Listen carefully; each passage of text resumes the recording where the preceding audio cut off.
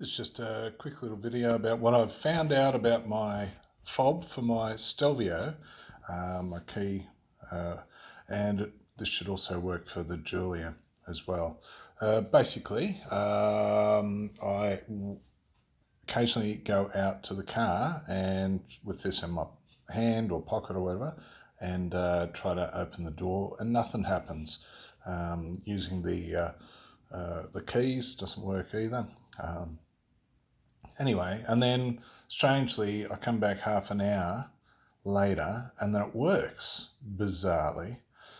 So I've been, anyway, I think it's the battery. So one of the things about when this has happened is they'll be sitting on the table in the morning or a cold day, and the key itself is cold. Then I put it in my pocket and it warms up and the battery starts working better, and then it's got enough charge to do what it needs to do.